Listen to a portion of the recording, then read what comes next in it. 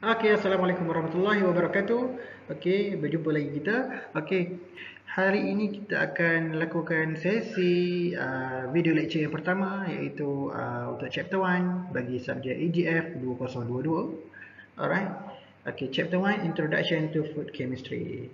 Alright, saya Muhammad Nurdin bin Abdul Sa'ari. Okey, lecture anda untuk hari ini. Okey, without further ado, let's start. Alright. Okay, the learning outcome of this topic, okay, kita akan belajar mengenai, okay, first definition and the role of chemistry in food. Okay, so kita akan tengok definition of food chemistry lah.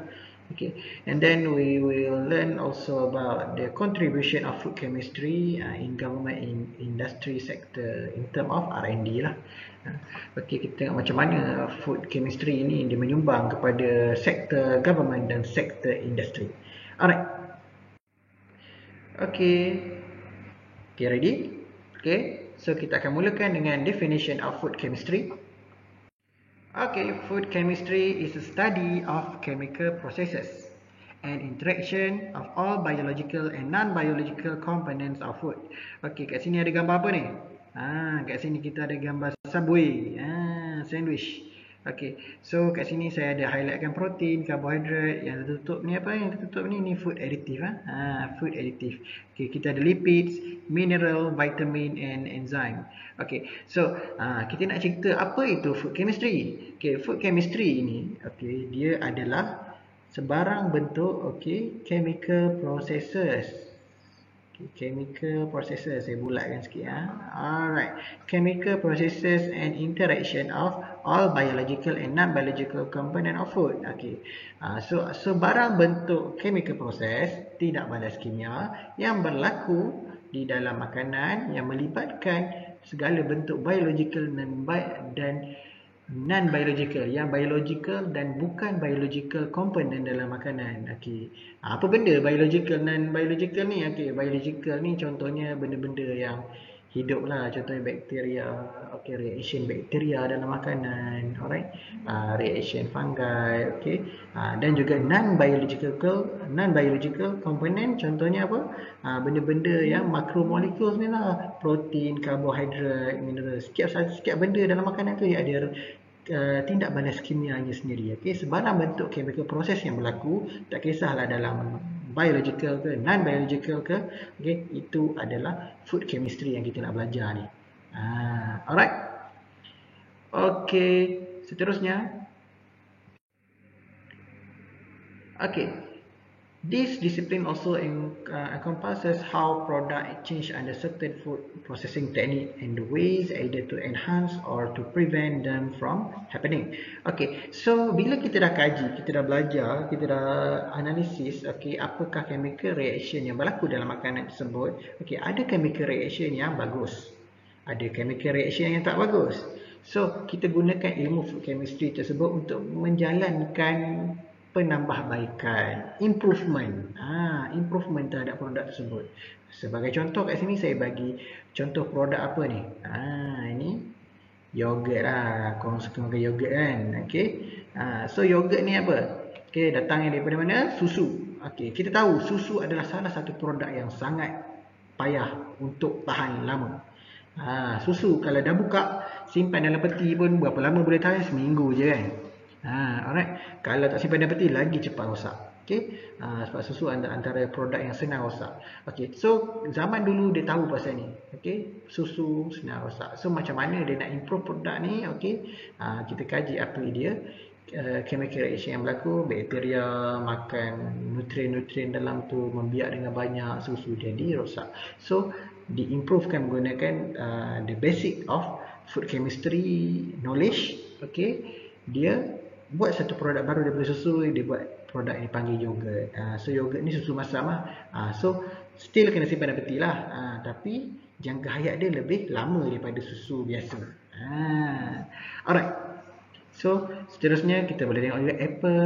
Contohnya apple. Apa chemical reaction yang kita tahu pasal apple? Kalau korang potong apple, apa yang berlaku? Apa yang jadi kalau kita potong apple? Okay, once you cut the apple, korang perasan tak kita ada browning. Berlakunya browning, color-color coklat. Ada color-color coklat dekat apple tu kan. Alright. So Menggunakan food technology ini juga, food chemistry ini juga kita boleh overcome the Browning reaction. Kita tahu, kita kena belajar datang pada mana Browning ni, apa chemical reaction yang berlaku. Oh, daripada enzim. Ada enzim dalam apple ni menyebabkan apple ni dia jadi color brown. Bila jadi brown tu dah tak best nak makan, dah lembek dan sebagainya. So mungkin kita boleh halang enzim tu daripada bertindak. So by the way, saya nak share lah, dulu saya kerja kilang. Produk McDonald's, dia ada McDonald's Singapore lah, dia tak hantar ke McDonald's Malaysia. Dalam Happy Meal dia ada produk Apple.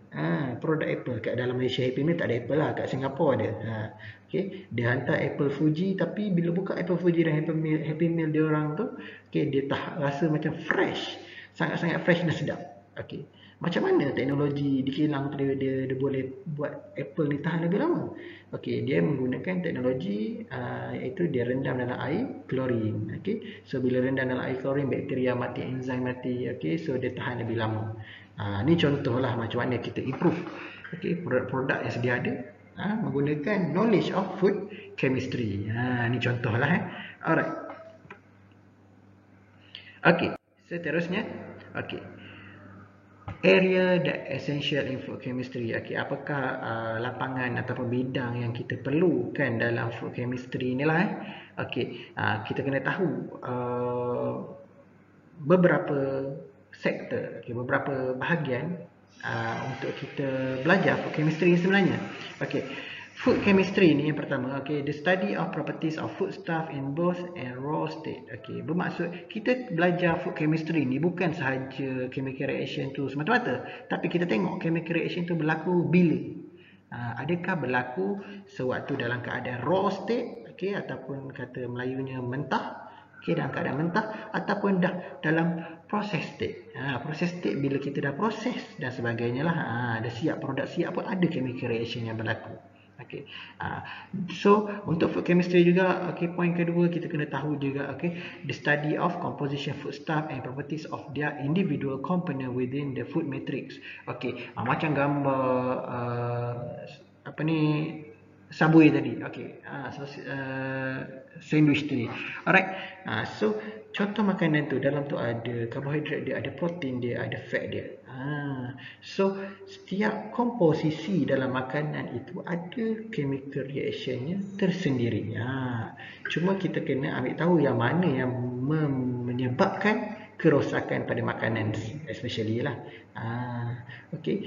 By the way, bear in mind, bila kita cerita pasal food chemistry, tak semestinya food chemistry itu membawa kepada keburukan kepada kualiti makanan. Kadang-kadang ada food chemistry yang bagus untuk produk makanan. Contoh kalau macam apple tadi, kita tengok, kita anggap dia sebagai tak bagus. Chemical reaction yang berlaku tak bagus. Kita nampak dia jadi coklat, apple tak sedap, jadi lembek. Itu kalau browning pada apple. Tetapi ada juga browning pada produk-produk lain. Contohnya apa? Roti bakar. Pernah makan roti bakar? Roti bakar, kalau kita bakar roti gardenia tu, putih tu, dia jadi kali coklat tu tak? Tapi roti bakar dan roti biasa, sedap roti bakar. Perasan tak? Roti bakar, dia walaupun dia dah jadi kali coklat, tapi dia jadi garing, rangup, sedap, ada bau yang menyelerakan. Dia itu browning reaction yang bagus. Tapi mungkin faktornya berbeza lah, nanti kita akan belajar nanti. So next, area yang kita kena tahu juga, is the study of changes undergo during handling, processing, packaging and storage. So bila kita buat satu produk, ada banyak stage dia. Daripada bahan mentah, kita proses untuk jadi produk, kita packing dia, lepas tu kita simpan dekat dalam storage. So setiap stage itu ada dia punya perubahan yang berlaku, ada tindak balas kimia yang tersendiri. So kita kena kaji untuk setiap stage tu apa tindak balas kimia, chemical reaction yang berlaku kat situ. So next, development method for measurement of these changes which delay or prevent the unwanted changes. Untuk chemical reaction ataupun perubahan yang kita tak mahu, yang boleh kita katakan merosakkan makanan, so kita akan rangka, based pada chemical reaction yang berlaku tu, macam mana kita nak halang benda tu dari berlaku, macam mana kita nak improve produk tersebut. Mungkin kalau contoh daging, gambar daging kat sini, mungkin ada suhu yang sesuai untuk kita bagi daging itu sentiasa fresh, nampak merah dan sebagainya. Sebabnya dalam daging ada chemical reaction itu sendiri. Alright, so next. Assessment of quality and wholesomeness and safety of foodstuff, including their nutrient content and sensory properties. So food chemistry juga bidangnya termasuklah juga daripada segi kualiti makanan tersebut. Bukan kita nak tahu tindak balas kimia saja, kita nak tahu kualiti makanan. Kualiti makanan daripada segi macam mana? Daripada segi keselamatan dia, wholesomeness dia, cantik ke, sedap ke. Alright. Sebab kalau kita nak hasilkan satu produk yang improve, bukan saja kita nak, contoh kita dah dapat halang chemical reaction yang tak baik daripada berlaku, tapi kita buat produk baru yang lebih tahan lama, tapi kita dalam masa yang sama kita nak mengekalkan dia punya kecantikan dia, kesedapan dia, keenakan dia. So ilmu food chemistry juga merangkumi sampai ke tahap kualiti makanan. So next, the development and implementation of food analysis, for establishing the composition of foodstuff and the determination of harmful and undesirable component in foodstuff. Bermaksud kat sini development and implementation of food analysis. So bila kita buat kajian tentang food chemistry, kita kena buat analisis kan. So analisis ini kita akan dapat kena pasti apa tindak balas kimia. Dalam lab, dalam praktikal nanti kita akan belajar contoh-contoh macam mana kita nak kena pasti reaction tersebut, reaction ni, reaction tu. Tak perlu saya sebut lagi, nanti kita akan belajar. Hari ini kita go through secara general sahaja. Alright, so method untuk analisis ini kita boleh improve dari masa ke semasa. Bermaksud kita dah buat analisis ni, kita mungkin boleh rangka analisis yang lebih bagus dari semasa ke semasa. Itu kelebihan food chemistry ni. Bila kita belajar food chemistry, kita jumpa satu method untuk, satu kaedah untuk kena pasti tindak balas kimia, mungkin ada produk baru. Kita jumpa. Tapi kita nak rangka pula analisis untuk makanan tersebut, untuk kita tahu tindak balas kimia dia. So benda ni dia sentiasa berkembang. Ilmu food chemistry sentiasa berkembang. Dia tak ada takat tu. Dia tak ada takat tu saja. Dia semasa generation by generation ada je pembaharuan, ada je penambahbaikan kita boleh jalankan. Tu bagusnya food chemistry punya knowledge ni lah. Alright, so next, the development in cooperation with food expert, adequate food law design and protect enhancing public health. And promote fairness in trade. So kepada level yang lebih tinggi, food chemistry ni bukan sekadar di lab semata-mata. Daripada tindak balas kimia ini kita dapat tahu kualiti makanan. Kita boleh rangka apa? Rangka regulation, peraturan. By the way, make sure korang tahu kita ada akta, Food Act 1983, ada regulation dan ada badan-badan yang menguatkuasakan peraturan terhadap makanan ni.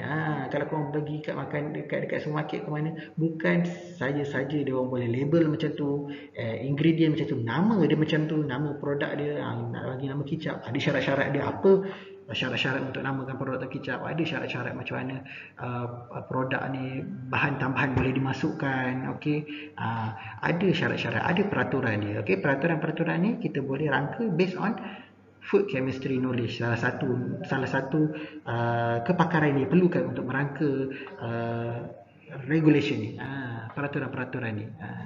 Alright, so pentingnya food chemistry ni dalam industri makanan.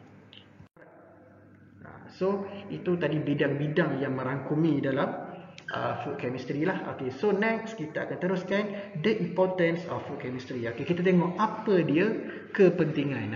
Kepentingan food chemistry ni banyak kepentingan dia. Tengok kepentingan food chemistry, dia bertanggungjawab terhadap yang pertama, flavor. Itu yang pertama ni. Yang pertama, flavor, preservative, emulsifier, thickness, stabilizer, sweetness. Contoh material-material yang dihasilkan untuk menambah kualiti makanan lah. Kalau kita pernah dengar ada, biasa kalau korang buat kuih ada pewarna tiruan lah, ada perasa tiruan lah, semua tu based on food chemistry punya knowledge untuk dia orang buat. Bukan saya saja buat lah. So untuk buat contohnya makanan lebih sedap, Ajinomoto lah, atau penambah rasa makanan, semua tu adalah food chemistry punya knowledge. So itu sumbangan besar food chemistry knowledge dalam bidang makanan lah. Alright, so next kita ada poin kedua, public continuously demand for food that both cheap and good. Okay, kita sentiasa, selaku pengguna ni, rakyat sejagat kita ni sentiasa nak makanan yang sedap, murah. Sekarang ni satu lagi ditambah, dia nak selamat. Orang-orang sekarang dah pandai. Netizen sekarang ni dah pandai. Dia nak bukan pakai sedap lah. Ramai sekarang ni lebih kepada arah hidup sihat lah. Dan dia nak makanan yang berkos rendah tapi bagus. Sebab kadang-kadang kalau makanan tu sedap, tak semua orang mampu beli pada harga yang mahal. So macam mana nak hasilkan makanan yang bagus, sedap, berkualiti tapi murah? Kena ada basic food chemistry. Mungkin boleh cari alternatif bahan-bahan yang lebih murah, dan mungkin guna bahan-bahan yang tak diguna pakai sebelum ni, boleh diproses boleh jadi makanan yang sedap. So ini bagus di food chemistry. Alright, so next, nutrition will present a major opportunity for public education and research. So bidang food chemistry ni macam saya beritahu, sentiasa improve dari semasa ke semasa. So dalam bidang kajian, research, education dalam food chemistry ni sentiasa berkembang. Setiap tahun, setiap masa ada je penemuan baru. Dia tak limit. So, ilmu Allah tu luas kan. Kita belajar macam-macam. So salah satunya food chemistry ni, kita belajar dan terus belajar. Sentiasa ada ilmu yang baru. Dia bukan takat tu je. So next, increase drive to produce healthy and food product. Itulah, produk kita orang sekarang dia dah nak makanan yang sihat. Ramai sekarang nak kurus, nak sihat. Sebab apa? Sebab banyak kes-kes penyakit kronik yang tinggi. Tak sihat, badan cepat lemah, mungkin obesity dan sebagainya. By the way, saya salah seorang yang ada kesedaran tu lah, bukan saya lah, ramai lagi lah. Waktu PKP tu saya naik berat badan mendadak sampai 80 lebih kilogram. So baru ni saya dah buat, saya kontrol pemakanan saya buat kajian sikit, kita turunkan berat badan dengan cara kita kontrol pemakanan, kita pilih makanan yang sihat. Ramai orang macam tu sekarang, dia nak jadi sihat. Bukan pakai makan je, bukan orang tua je, orang muda pun sama, dia nak juga makan yang dia nak juga sihat. So daripada mana dapat makanan sihat? Daripada pemakanan sihat. Nak dapat badan yang sihat daripada pemakanan yang sihat. Alright, so seterusnya, apakah the importance of food chemistry yang lain? There will be changes pattern in people eating habit. So orang nak jadi lebih sihat, akan ada perubahan daripada segi tabiat pemakanan.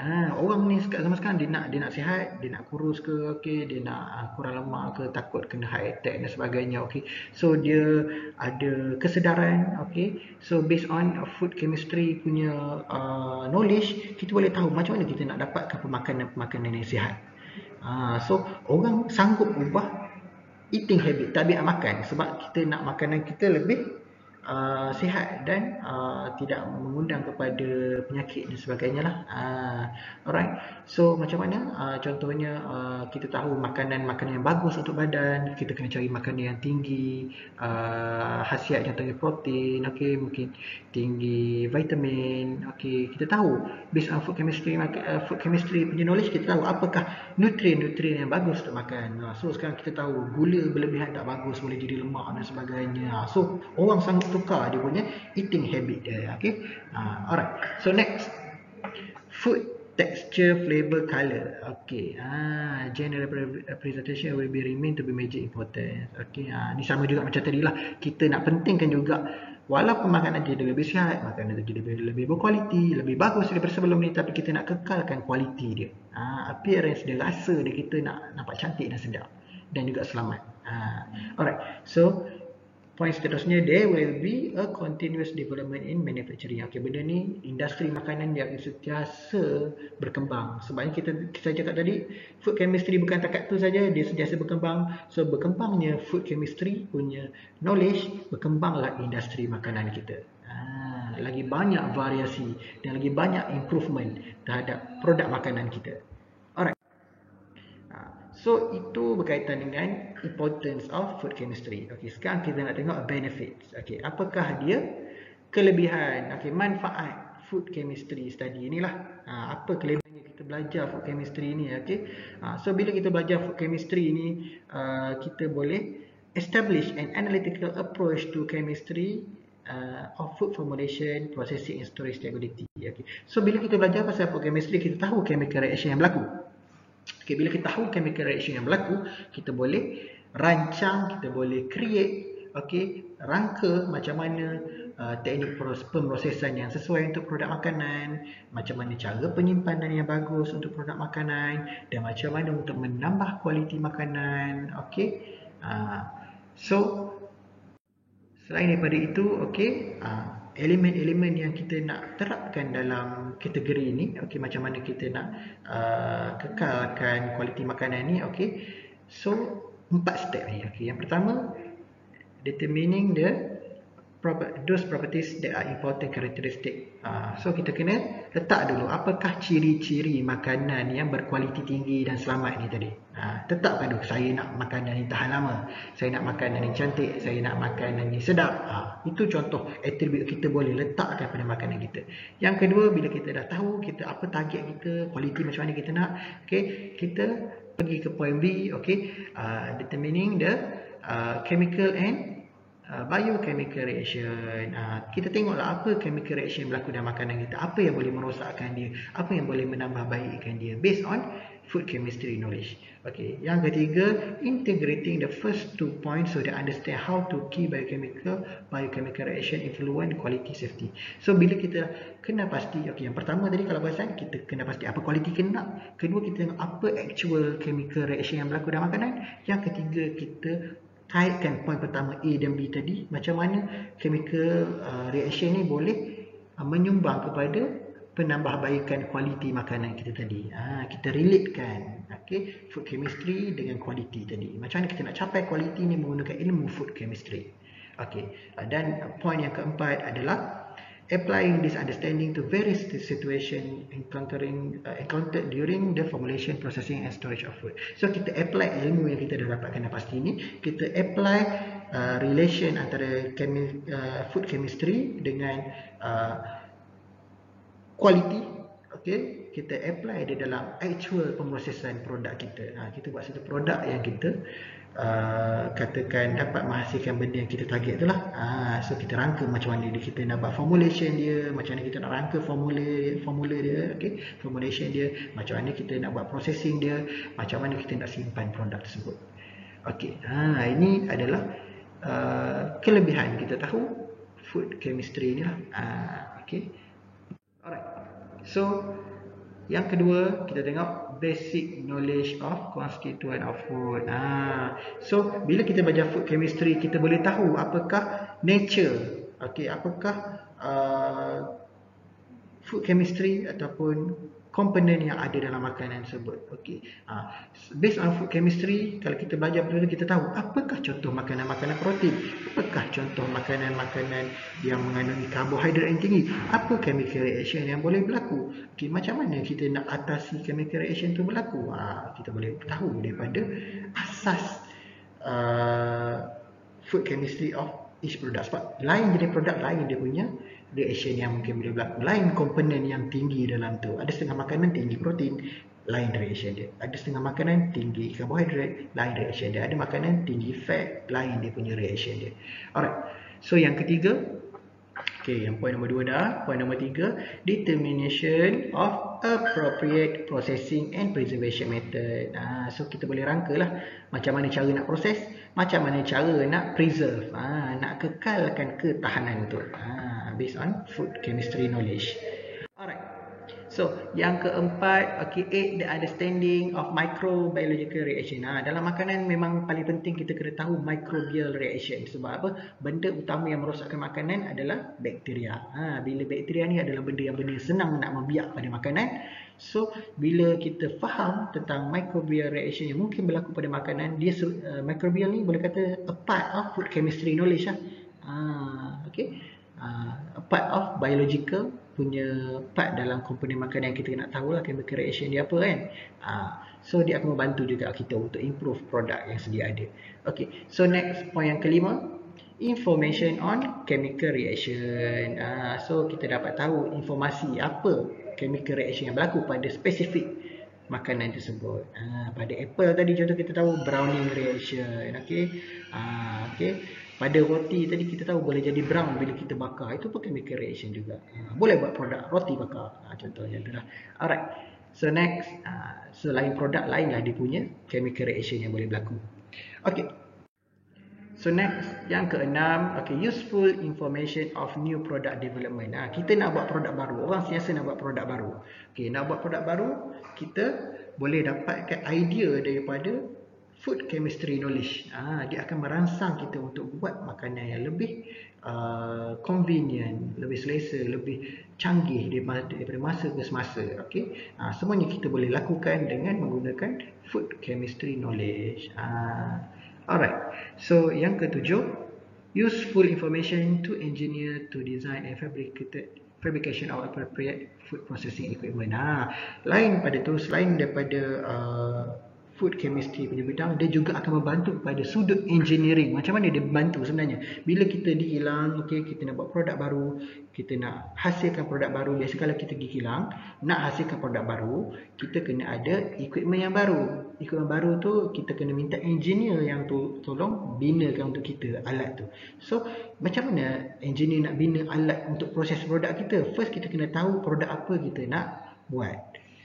Dah tahu produk apa nak buat, kita kena tahu apakah chemical reaction yang berlaku dalam produk makanan ni. Contohnya, kita nak buat produk nugget. Kita nak buat produk nugget apa? Nugget ayam. Nugget ayam. Nak buat nugget ayam, tapi kita kena tahu apakah ciri-ciri nugget ayam. Nugget ayam dalamnya banyak daging ayam. Daging ayam daripada mana? Daripada ayam lah. So kita tahu produk daging ni senang rosak. Senang rosak kalau simpan dekat suhu bilik ni, senang rosak, bakteria senang membiak. So kenalah kontrol dia punya suhu. So kita mungkin proses pada suhu yang rendah. So siapa yang nak tolong kita achieve that target, macam mana kita nak boleh dapat mesin yang boleh proses produk kita pada suhu yang rendah, kita minta engineer buatkan untuk kita. So engineer tahu, korang nak buat produk ni, so based pada maklumat ahli kimia makanan ni, dia bagi tahu produk ni kalau nak buat kena buat dalam suhu yang rendah. So engineer barulah boleh bina kawasan yang sejuk untuk pemrosesan produk nugget tersebut. Sebab kalau tak buat sejuk, nanti rosak produk. Nampak? Dia ada related antara produk ini dengan engineering part. Dia akan membantu engineer faham kenapa kita kena, equipment kita kena sejuk. Contohnya macam itulah. Alright, so dia akan membantu.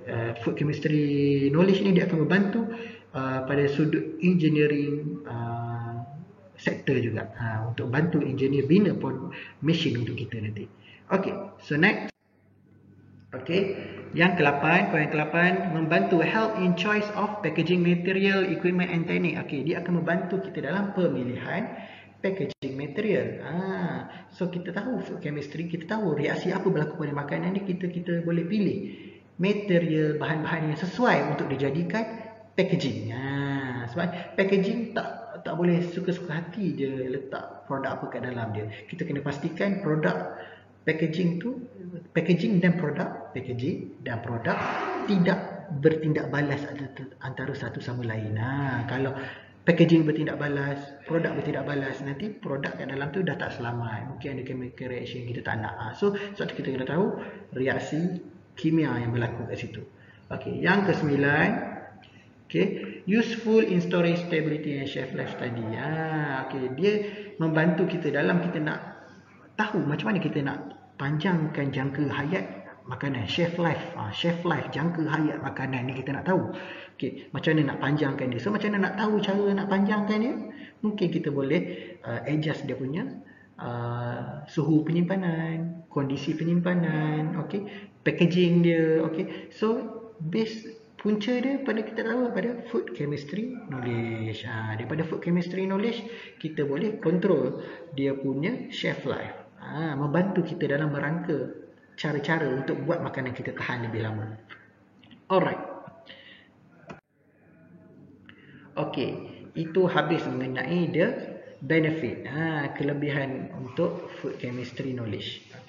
Yang seterusnya kita akan tengok the responsibility of food chemist expert. Bila korang dah jadi ahli kimia, korang ada tanggungjawab. Okey, tanggungjawab daripada sudut mungkin dalam sektor government kalau korang kerja government, dan mungkin ada sektor industri kalau korang jadi usahawan ataupun korang bekerja di kilang dan sebagainya. Alright. Ada tanggungjawab sebagai seorang food chemist expert ni apa benda? Okey, kita tengok yang pertama dulu lah. Okey. Okey, dalam industri sektor dulu. Okey. Dalam industri ni maksudnya penghilangan, okey, pembuatan makanan, okey, tak kisah kilang tu korang bekerja ke ataupun korang punya sendiri ke, usahawan sendiri ke, sebab kita galakkan student kita untuk jadi usahawan lah. Alright. So, dalam industri sektor, okey, tanggungjawab yang kita kena ambil kira, okey, responsibility for food quality and wholesomeness. Okey, kita pastikan makanan tu dia berkualiti dan sedap dan juga cantik dan sebagainya. Tadilah kualiti tadilah. Alright. Poin pertama. Poin kedua, kita control processing. Okey, kita ada knowledge untuk kita tahu tang mana kita nak control untuk buat makanan ni dia tahan lebih lama dan juga berkualiti. Okay. Mungkin boleh practice good manufacturing practices, GMP, alright, dan peraturan-peraturan dan standard-standard lain kita boleh apply. Okay, based on knowledge of food chemist expert ni lah. Okay, yang ketiga, okay, kita akan optimize process engineering. Macam kita bagi tahu tadi, dia boleh membantu engineer untuk rangka produk untuk pemrosesan makanan kita, membantulah supaya kita boleh hasilkan satu pemrosesan yang tepat untuk produk kita. Alright. So next, examine and assess raw material and end product. Okay. So kita boleh teliti. Okay. Dan juga kita boleh kaji kita punya bahan mentah dan juga bahan yang dah siap diproses. Maksudnya kita boleh kena pasti apa masalah yang berlaku pada stage bahan mentah ataupun bahan yang dah proses. Dan proses jadi produk tu pun mungkin ada dia punya masalah dia. So based on food chemistry knowledge, kita boleh rangka dan kita boleh kena pasti. Alright. So next, develop a new product. Kita juga mampu untuk buat produk baru based on food knowledge, food chemistry knowledge ni. Alright. So kita juga boleh poin seterusnya, okay, cari material, ingredient, okay, bahan baru untuk dibuat makanan. Mungkin kita kata, mungkin untuk merendahkan kos ni kita boleh cari bahan yang lebih murah. Contohnya kita gunakan barang-barang terbuang. Contohnya, okay, sebelum ni saya pernah nampak orang gunakan food chemistry knowledge ni, dia buat tepung daripada bukan gandum. Mungkin dia cari barang-barang terbuang. Contohnya apa? Contohnya nenas punya tengah tu biasa kita buang, boleh dijadikan tepung. Okay. Contoh ubi kayu, buat tepung ubi dan sebagainya. Okay. Cari benda sumber lain. Okay. Kacang soya boleh jadi tepung dan sebagainya. Alright. Okay. So next, establish the quality assurance system. So kita boleh tentukan macam mana kita nak control quality produk kita. Jaga suhu lah, buat packaging yang kedap udara lah. Okay, semua itu based on food chemistry knowledge. Okay. Apa lagi tanggungjawab food chemist ni dalam bidang industri? Okay, dia akan membantu untuk menasihat bahagian pemasaran, marketing dan juga pengiklanan supaya dia tidak menyebarkan maklumat-maklumat yang salah pasal makanan ni. Okay, contohnya kita nak kaji makanan kita, dia nak cakap makanan kita tinggi kalsium, tapi betul ke tinggi kalsium? So nak tahu tinggi kalsium ke tak, food analysis kena buat kajian. Alright. So next, inspect drinking water. Okay, kita check air untuk digunakan untuk kita proses makanan dan juga air untuk kita minum adakah selamat dan bersih. Mungkin ambil sampel dan kita kaji di lab lah. Okay. Develop new and improve analytical method, buat kaedah yang lebih baru daripada semasa ke semasa untuk kita analisa makanan. Okay. Analisis makanan. Alright. So yang terakhir, participate in committees. Okay. Mungkin terlibat dalam persatuan-persatuan dan juga industri lain, buat communication, berkongsi ilmu dengan badan-badan lain untuk dapat ilmu baru. Ini tugas yang penting juga untuk food chemist lah. Alright. So ini adalah dalam bidang industri. Alright. Ini dalam bidang industri. So next, Okey, kita tengok pula dalam government sector, dalam bidang. Dia lebih kurang juga dalam government, cuma government ni dia lebih menguatkuasakan regulation. Dia lebih menguatkuasakan peraturan.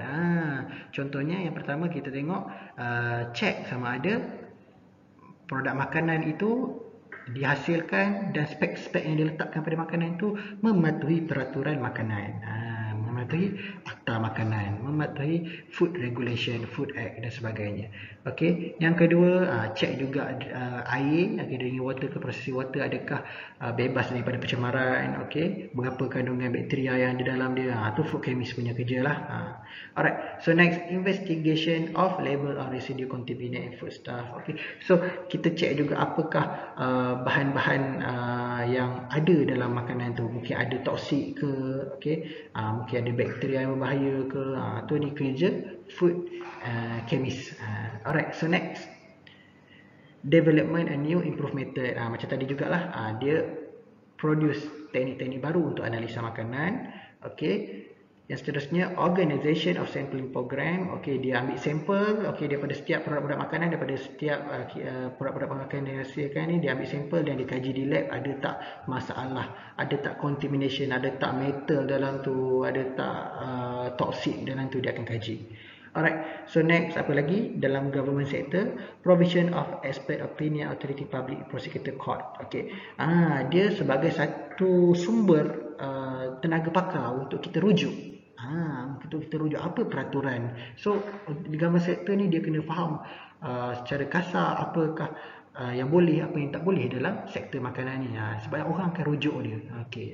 Dan kalau contohnya ada kes orang komplain kata ada pencemaran dalam makanan salah satu kilang tu, kalau dalam mahkamah mungkin dia akan dijadikan sumber rujukan. Betul ke tak betul benda tu berlaku. Alright. Okay, next, examination of material for environmental protection purpose. So dia sekarang ni macam produk kita ni, kita nak juga tidak mencemarkan alam sekitar. So food chemist ni kena menjalankan tanggungjawab dia untuk memastikan tak ada bahan-bahan buangan daripada hasil produk tersebut boleh menyebabkan masalah kepada alam sekitar. Kita nak selamatkan alam sekitar kan. Alright, so next, last kali, education and training of food inspector. So dia juga macam saya beritahu tadi, dia untuk jadikan sumber rujukan. Dia diibaratkan sebagai seorang pakar, dia jadikan rujukan macam cikgu lah kan. Alright, tapi mungkin pegawai yang berkaitan food makanan ni, dia akan jadi sumber rujukan. Dia ni bertanggungjawab juga untuk training orang lain, ajar orang lain macam mana nak cek makanan ni bagus atau tak bagus. Alright, so ini adalah contoh food chemist expert responsibility dalam government. Alright, so ini the sector yang kita ada, industry sector dan government sector. Alright.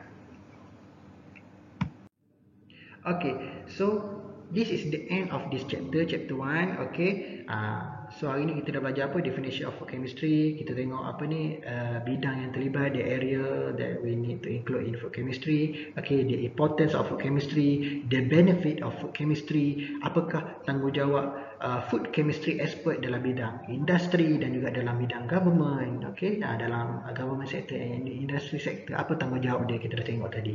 Okay, so anything to ask, okay, apa benda nak tanya, boleh tanya saya dalam sesi kelas lepas ni nantilah. Okay, so boleh go through video yang saya dah share ni. Okay, ulang balik mana part, mungkin ada part-part yang tak faham dan nak bertanya, boleh tanya dalam kelas nanti ya. Okay, so that's all for today. Thank you very much. Assalamualaikum. Kita jumpa dalam kelas nanti. Okay, bye-bye.